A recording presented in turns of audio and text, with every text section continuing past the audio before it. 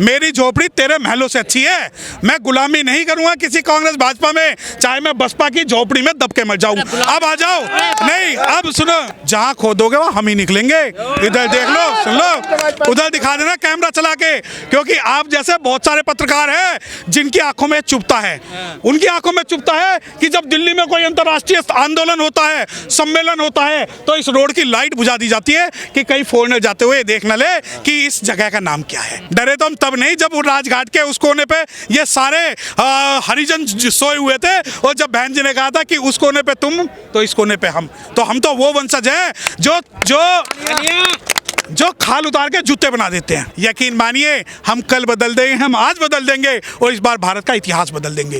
रही बात कि आज भी बहन कुमारी मायावती अगर किसी मुद्दे पे बोल दें तो सरकारों के रुख बदल जाते हैं, कि चाहे ईवीएम के कारण हो या हमारी अज्ञानता के कारण हो, हम जो है वो एक्सपेक्टेड रिजल्ट नहीं ला पाए जो हमें लाना चाहिए था। परंतु इसका दोष अगर आप चाहते हो और आप कहते हो कि हम बहन कुमारी मायावती को देंगे, चला गया। आप इतिहास बता रहे हैं, वर्तमान में क्या कर रहे हैं ये बताइए। वर्तमान में आपको क्या कराना, आप ये बताओ। आपकी तरफ देख रही है नजर। नहीं जनता में आप किसको ज्ञान देने से आप मुझे बताएं, बसपा को डुबोने का जिम्मेदार कौन है? आपका भी जाता, थोड़ा बहुत हिस्सा नहीं जाता है? नहीं हाँ सुनिए, नहीं हाँ डिफेंड कर रहे हैं गलतियों को भी। मैं वही बसपा को डुबाने का जो सारा दामोदार है वो उन बहुजन मीडियाओं को है जो दूसरों की चाटुकारिता करके बहन जी को और बसपा को टारगेट करते हैं। बहुत सारे दलाल प्रोफेसर हैं, बहुत सारे ओबीसी प्रोफेसर हैं जिन्हें लगता है कि बसपा को गाली देकर हमें व्यूज बढ़ेंगे।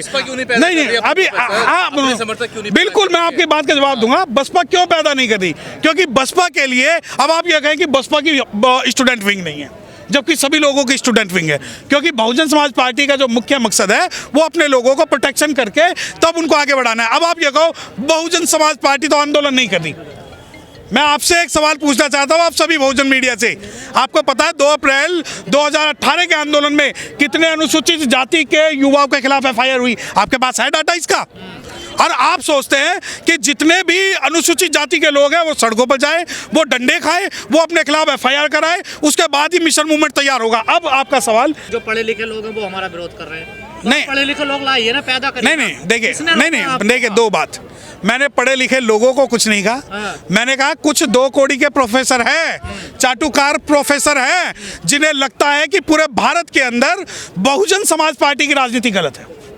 ये आपकी बात से एक बात ध्यान रखिए कि ये हो सकता है कि कहीं ना कहीं बहुजन समाज पार्टी के कुछ वरिष्ठ जो राजनेता है उनकी वजह से बहुजन समाज पार्टी के अंदर में कुछ कमियां आई हैं, और उनको जो है दूर करना जरूरी है।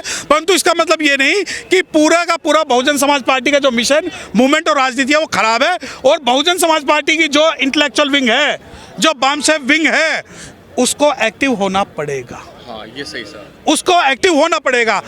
पड़ेगा। देखिए अभी एक्टिव नहीं है। नहीं बिल्कुल नहीं, मैं ये मानता हूँ वो जो देखिए आज भारत के अंदर सैकड़ों बामसेफ चल रही हैं। एक बसपा की बामसेफ है, बहुत सारी कुछ ब्राह्मण मेसाम की भी बामसेफ है, कुछ खोरबागड़े की भी बामसेफ है। परंतु जो बसपा की जो बामसेफ है वो कहीं ना कहीं मैं व्यक्ति हूँ। आज ही बामसेफ 2007 से पहले नहीं थी ये?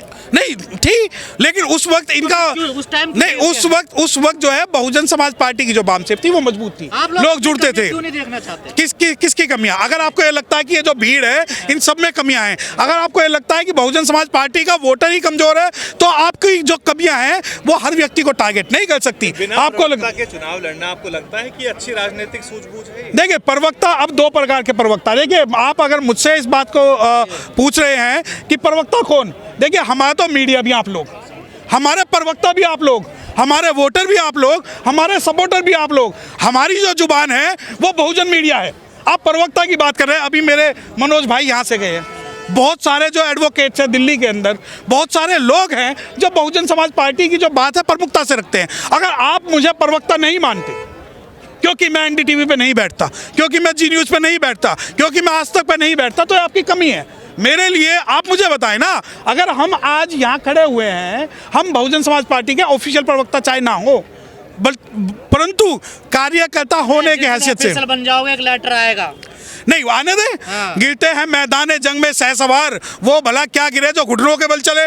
आप मुझे ये बताओ किस पार्टी के कार्यकर्ता को लेटर नहीं आते? अगर आप भाजपा से निकाल दिए जाओ तो आप मुर्गा बनकर एक्सेप्ट कर लोगे, आप कांग्रेस से निकाल दिए जाओ तो आप जो है दरी बिछाकर सो जाओगे, अगर आप बसपा से निकाल दिया जाओ तो बहुत सारे जो बहुजन भांड पत्रकार है वो कहेंगे ओ बहन जी ने निकाल दिया। मुझे एक बात बताएं, जब आकाश आनंद जी को पार्टी से निकाला गया तो बहुत सारे भांड मीडिया ने ये बात कही कि अरे आकाश आनंद निकाल दिया पार्टी से, आकाश आनंद निकाल दिया पार्टी से, और सभी चैनलों ने सुनिए ना पूरी बात, पहले पूरी बात सुनिए, सभी ने ऐसे छाती पीट के मातम बनाया जैसे उनकी लुगाई भाग गई हो। परंतु जब आकाश आनंद जी वापस पार्टी में आए तो क्यों आपके मुंह में दही जम गई थी? क्यों जम गई थी? आज जब बहुजन समाज पार्टी के कई वरिष्ठ पदाधिकारी बसपा में लिए जाते हैं, क्यों आप लोग जो है सो जाते हैं? क्योंकि आपको बसपा की कमियां दिखानी है। आप जो नैरेटिव तय कर रहे हैं वो इंडिविजुअल नैरेटिव तय कर रहे हैं। पार्टी बसपा मेरी नजर में पूछो थी, है और रहेगी, ठीक है बहुजन समाज पार्टी। दूसरी बात, मेरे घर में आप भी वही वाला सुनो, कर रहे हो कि अरे मंदिर है, पूरी बात सुनो ना, उसका जवाब भी दूंगा। अरे उसकी बात भी देंगे। मेरी झोपड़ी तेरे महलों से अच्छी है, मैं गुलामी नहीं करूंगा किसी कांग्रेस भाजपा में, चाहे मैं बसपा की झोपड़ी में दब के मर जाऊं। अब आ जाओ, नहीं अब सुनो, अभी वो सुनो, अरे सुनो, अरे अब सुनो ना, अब अंधभक्ति की आपको जवाब दे दूं। आपने क्या कहा? सुनो, हमारे जैसे वफादार कम ही निकलेंगे, जहां खोदोगे वहां हम ही निकलेंगे। इधर देख लो, सुन लो, उधर दिखा देना कैमरा चला के, क्योंकि आप जैसे बहुत सारे पत्रकार हैं जिनकी आंखों में चुभता है, उनकी आंखों में चुभता है कि जब दिल्ली में कोई अंतर्राष्ट्रीय आंदोलन होता है, सम्मेलन होता है, तो इस रोड की लाइट बुझा दी जाती है कि कहीं फॉरेनर जाते हुए देख न ले कि इस जगह का नाम क्या है। दूसरी बात, आप इसे खोद दीजिए, आप लखनऊ को खोद दीजिए, और 5 साल के अंदर, वो तो एक छोटी बात है कि भाई हमने क्या बनाया, क्या दिखाया। आपको एक बात बताऊं, आप लोग वही हैं जो किसी भी बुद्ध विहार के बारे में नहीं बोलते। आप लोग मंदिर के बारे में बोल लेंगे, आप लोग मस्जिद के बारे में बोल लेंगे। आपको पता है कि अगर हमने बोल दिया कि जगन्नाथ मंदिर के नीचे बुद्ध विहार है तो आपके जो रिव्यू हैं वो कम हो जाएंगे, आपके व्यूज है वो कम हो जाएंगे। आप फिर आएंगे, कोर्ट क्यों नहीं जाते हैं आप जगन्नाथ के नीचे? जब बारह गए थे हम कोर्ट में, आपका डाटा बता दूं, हम सुप्रीम कोर्ट में गए थे और हमने कहा था सुप्रीम कोर्ट से कि भाई जो अयोध्या के अंदर जो भी अवशेष मिल रहे हैं भगवान बुद्ध के, उन्हें प्रिजर्व किया जाए। तो सुप्रीम कोर्ट ने अपने आकाओं से डाक चल ली और 2 लाख रुपए का कोष लगा दिया। और दूसरी बात, डरे नहीं, डरे तो हम तब नहीं जब राजघाट के उस कोने पे ये सारे हरिजन सोए हुए थे, और जब बहन जी ने कहा था कि उस कोने पे तुम तो इस कोने पे हम, तो हम तो वो वंशज हैं जो खाल उतार के जूते बना देते हैं। ठीक है, डरने की बात होती ना। आज ये हजारों लाखों जो सपूत खड़े हुए हैं, इन्हें किसी पद का लालच नहीं है, ये 500,000 रुपए और पौवे में बिकने वाले लोग नहीं है। सुनो, अगर आपको मैं बता दूं डरने वाली बात, प्रिय साथी आजकल उन्हें भी आप हरिजन कह रहे हो? नहीं, मैं तो सबको कर सुनो, अरे मैं तो देखो, नहीं देखो, 2 बात सुनो। एक होता, अरे सुन तो लो, एक होता हरिजन, एक होता दरिजन, एक होता गिरिजन। अब आ जाओ मित्र की। मेरा मित्र कौन? बुरा जो ढूंढन मैं गया तो बुरा ना मिलिया कोई, जो तन झाका अपना तो मुझसे बुरा ना कोई। मैं तो सावन का अंधा हूँ। मेरा जो मित्र है वो बहुजन समाज पार्टी का और नीले झंडे वाला है। और सुनो, देखे सुनो, इस बात का जवाब आप जब अगर 25 साल पहले पूछते ना, जब आप जैसे लोग कहते थे ये अरे ये जो है साइकिल पे जो है काशीराम डोल रहा है, जब आप जैसे लोग ये बोलते थे कि साहब काशीराम साइकिल पे डोल रहा है, ये सीएम तो क्या, एक जो है वो पंचायत सदस्य नहीं जीत पाएगा, उसने सीएम बना दिया। और रही बात पीएम की, जिस दिन आप जैसे बहुजन मीडिया के लोग हमारी आवाज़ जन जन तक पहुंचा देंगे ना, यकीन मानिए हम कल बदल देंगे, हम आज बदल देंगे, और इस बार भारत का इतिहास बदल देंगे। रही बात आप ये कमियां दिखाते हो, भाई देख सुनो, एक बात बता रहा हूँ, मेरी माँ काली हो या पीली हो, वो ऐश्वर्या राय से खूबसूरत है। मेरा घर टूटा हुआ या झोपड़ी का हो, वो तुम्हारे महलों से खूबसूरत है। और मेरी बहुजन समाज पार्टी, चाहे उसमें 1 विधायक हो या 0 विधायक हो, जब तक बहन कुमारी मायावती जिंदा है, जब तक साहब काशीराम की विचारधारा जिंदा है, हम मरते दम तक हम पैदा नीले झंडे के साथ हुए और हम मरेंगे भी नीले झंडे के साथ। कि जब बाबा साहब डॉक्टर भीमराव अम्बेडकर साहब का आज परिनिर्वाण दिवस है और बहन कुमारी मायावती और साहब काशीराम ने बोल दिया था कि एक दिन वो आएगा जब ये लोग आपको पार्लियामेंट में बाबा साहब पे माला नहीं चढ़ाने देंगे। और यही कारण था कि आप कैमरे वालों की नज़रों में, आप पत्रकारों की नज़रों में ये दलित प्रेरणा स्थल नज़र नहीं आता। और आज जब मैं 2024 6 दिसंबर को खड़ा हुआ हूँ तो पार्लियामेंट सूना पड़ा है और दलित प्रेरणा स्थल भरा हुआ है। अगर आपके कैमरे का एंगल बढ़ सकता है तो उधर घुमा के देखिए। और जब समाज की क्षति की बात है तो आप यकीन मानिए 2 प्रकार के लोग हैं, एक अम्बेडकराइट, एक नॉन अम्बेडकराइट। अब अम्बेडकराइट में 2 प्रकार के लोग हैं, एक बसपाई है, गैर बसपाई। जो गैर बसपाई है उनके बवासीर हो जाती है यहाँ आने में। दर्द होता है कि यार बाबा साहब पे माला कहाँ चढ़ाऊं, पार्लियामेंट जाऊं या दलित प्रेरणा स्थल जाऊं। और दलित प्रेरणा स्थल गया तो जो पूर्वज मेरे हरिजन थे, जिनकी रगों में गांधी का खून है, जिनकी रगों में कांग्रेस का खून है, वो बोलते नहीं बन रहे कि बाबा साहब डॉक्टर भीमराव अम्बेडकर साहब के परिनिर्वाण पर दलित प्रेरणा स्थल पर भी श्रद्धांजलि अर्पित की जा सकती है। क्योंकि आप ये कहिए कि समाज को क्षति क्या हुई, क्या क्षति? 5 साल बहन जी का बहुजन समाज पार्टी का राज रहा और इसके जैसे जो है फिल्म के ट्रेलर, दलित प्रेरणा स्थल जैसे, लखनऊ जैसे हमने जो है पूरे उत्तर प्रदेश में खड़े कर दिए।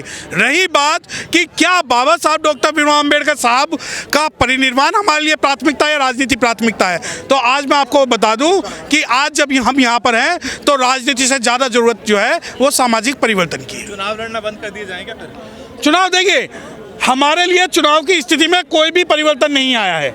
अगर आप ये सोचते हैं कि ईवीएम हटाकर हम जीत जाएंगे तो बिल्कुल नहीं जीतेंगे। देखिए, सबसे पहले हमारी जो है नकली बैलेट बनते थे, नकली बैलेट के बाद में बूथ कैप्चरिंग होती थी, बूथ कैप्चरिंग के बाद में रिटर्निंग ऑफिसर खरीदा जाता था। ये सवाल ये है सरकार की, क्या बसपा को चुनाव लड़ना छोड़ देना चाहिए अब?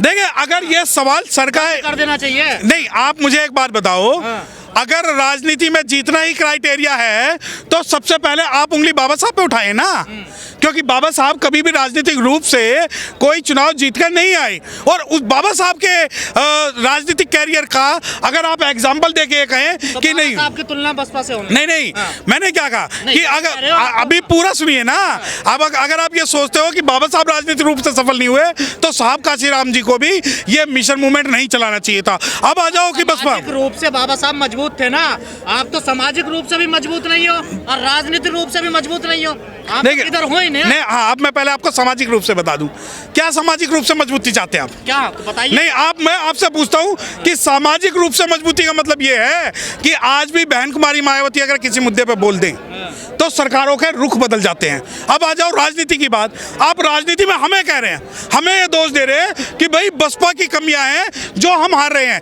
आप ये मानिए कि भारत के अंदर अगर सब क्लासिफिकेशन के मुद्दे पर अगर कोई पार्टी बोली तो बहन कुमारी मायावती बोली। और आपको सामाजिक मुद्दा नहीं है कि उस पार्टी ने सब क्लासिफिकेशन के खिलाफ बोला, बहन कुमारी मायावती ने बोला। अब आ जाओ राजनीति की बात, राजनीति में ये बात सही है कि चाहे ईवीएम के कारण हो या हमारी अज्ञानता के कारण हो, हम जो है वो एक्सपेक्टेड रिजल्ट नहीं ला पाए जो हमें लाना चाहिए था। परंतु इसका दोष अगर आप चाहते हो और आप कहते हो कि हम बहन कुमारी मायावती को देंगे, तो मैं बता दूं भारत के अंदर उत्तर प्रदेश के अलावा भी 28 राज्य हैं। अगर जीत हो जाए तो ताज किसी के सर पर और हार हो जाए तो ताज किसके सिर? नहीं, ताज की बात, अब मैं वही आपको बात बता रहा हूँ कि उत्तर प्रदेश के ताज की बात कर रहे हो या पूरे भारत के ताज की बात कर रहे हो? तो हर चुनाव नहीं, आप हर चुनाव की बात नहीं, बसपा के चुनाव की बात कर रहे हो ना।